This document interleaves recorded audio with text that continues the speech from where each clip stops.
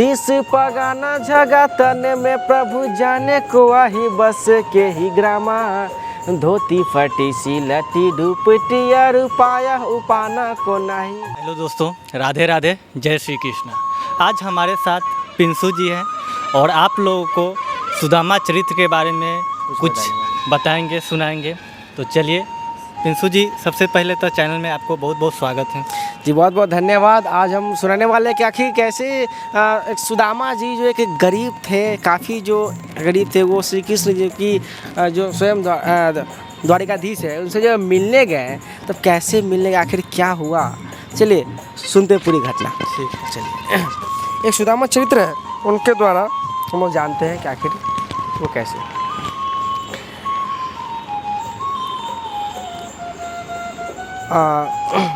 लिखते हैं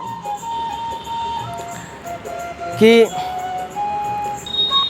इस सुदामा चरित्र के जो रचयिता है, जिन्होंने लिखा है, नरोत्तम दास जी, इन्होंने इस कविता को लिखा है।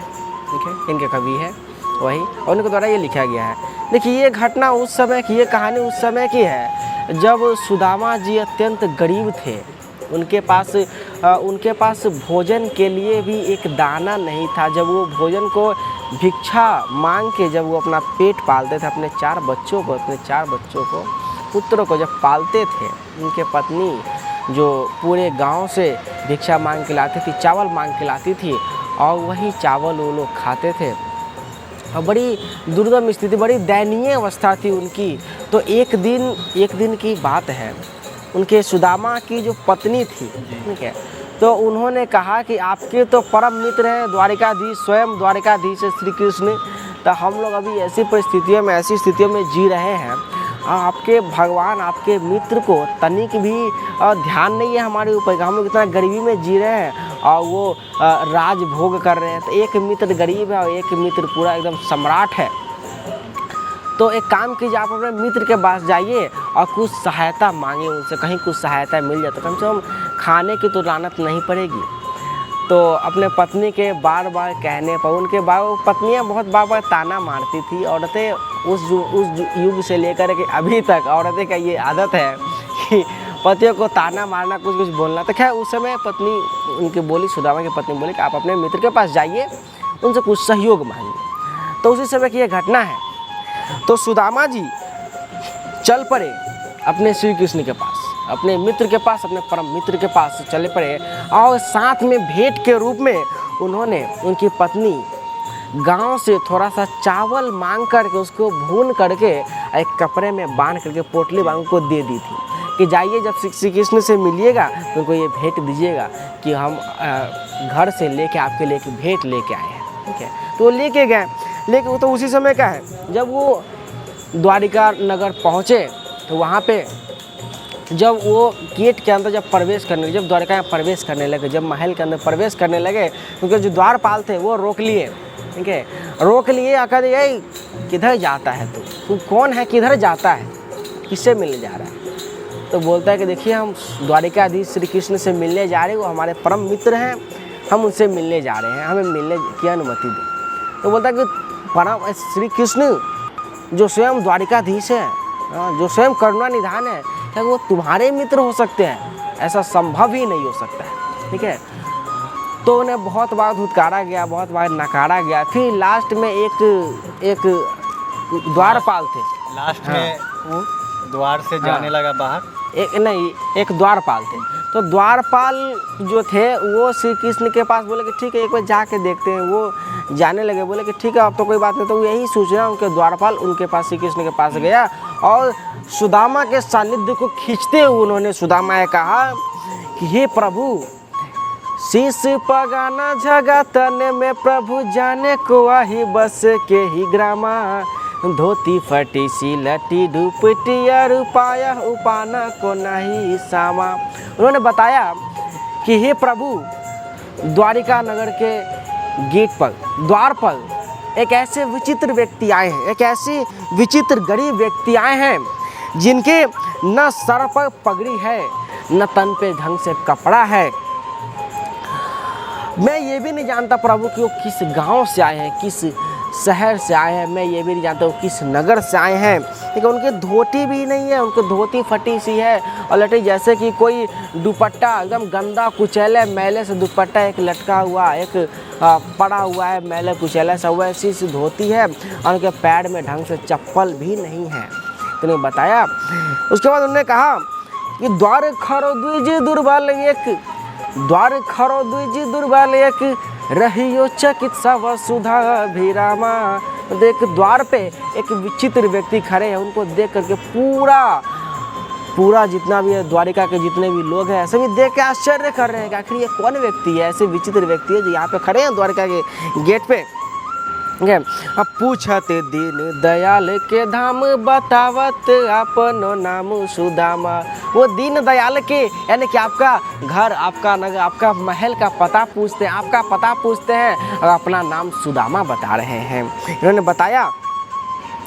उसके बाद जो है उन्होंने बताया कि ऐसे भी, उन्होंने जब बताया कि वो आपका जब नाम पूछे, जो उन्होंने नाम बताया कि वो आपका महल, आपके महल के बारे में पूछ रहे, वो आपके बारे में पूछ रहे, आपका पता पूछ रहे, अपना नाम सुदामा बता रहे हैं। तब श्री कृष्ण ने कहा कि नहीं, ये सुदामा तो हमारा मित्र है। सुदामा, श्री कृष्ण ने अपने मित्र के लिए नंगे पांव दौड़ गए मित्र के लिए और वहाँ पर जाकर अपने मित्र से मिले।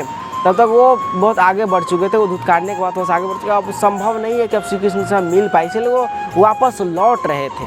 ताकि श्री कृष्ण नंगे पैर और दौड़ते हुए उनके पास गए, पहुँचे। उसके बाद जो उन्हें आदर पूर्वक सत्कार पूर्वक अपने महल में लाए, अपने सिंहासन में बैठाएं और उनके जो है पैर जो है वो धोने लगे। जब वो पैर जब धोने गए, जब उनको जब महल में लेके आए तो उनकी दीन दशा को देखकर, उनकी स्थिति को देख करके स्वयं करुणा निधान कहते हैं कि ऐसे बेहाल विवाहिन सो। उनके पैर जब देखते हैं चरण उतारने के लिए, जब उनके पैर जब देखते हैं तो देखते हैं उनके पैर में इतने कांटे चुभे, इतने पैर एरिया फटी हुई है कि देखा न जा रहा है। तो उन्होंने कहा है कि ऐसे बेहाल विवाहिन सो, पग कंटक जाल लगे पुनि जोए, हाय महादुख पायो सखा तुम आए, इतै न कितै दिन खोए, हाय महादुख पायो सखा तुम आए, इतै न कितै दिन खोए।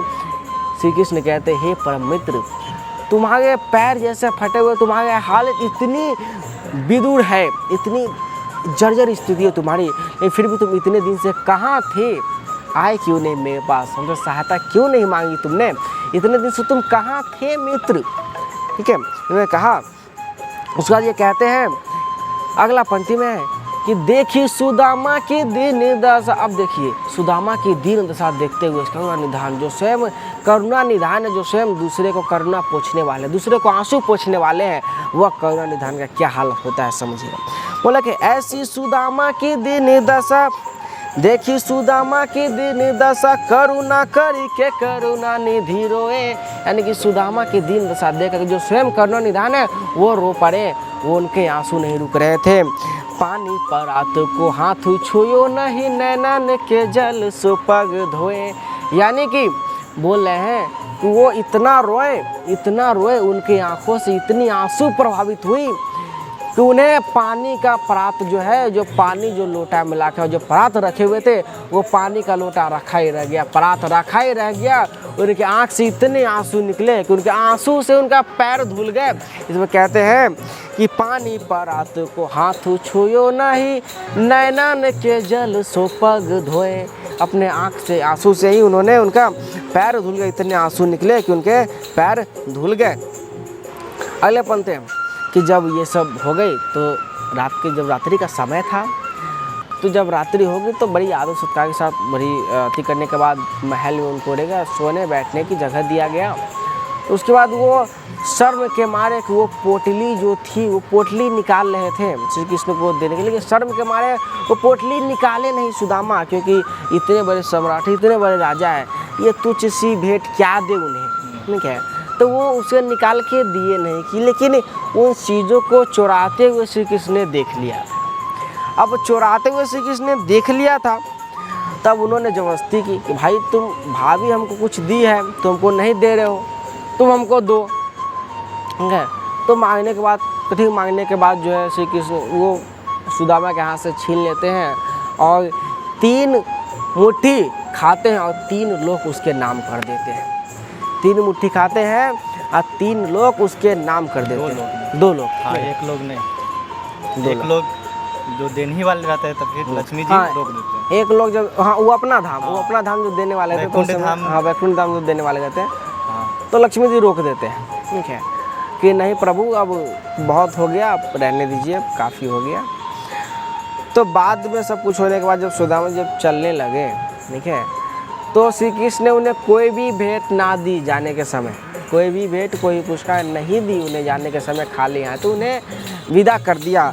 तो उनके मन में जो बात आ गई, उनके सुदामा के मन में जो आगे बात आ गई कि वह पुलकनी, वह उठनी मिलनी, वह आदर की बात, का पटवनी गोपाल की कछु न जानी जात।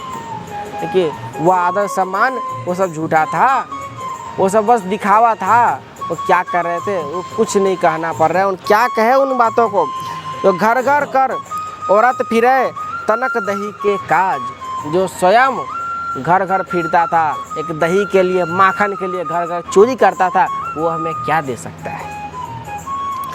कहाँ भयो जो अब भयो हरि को राज समाज, कहाँ गया वो राजभवन, कहाँ गया वो राजा का सम्मान, जो कि एक भेंट के रूप में थोड़ा सा अनाज भी नहीं दे पाए।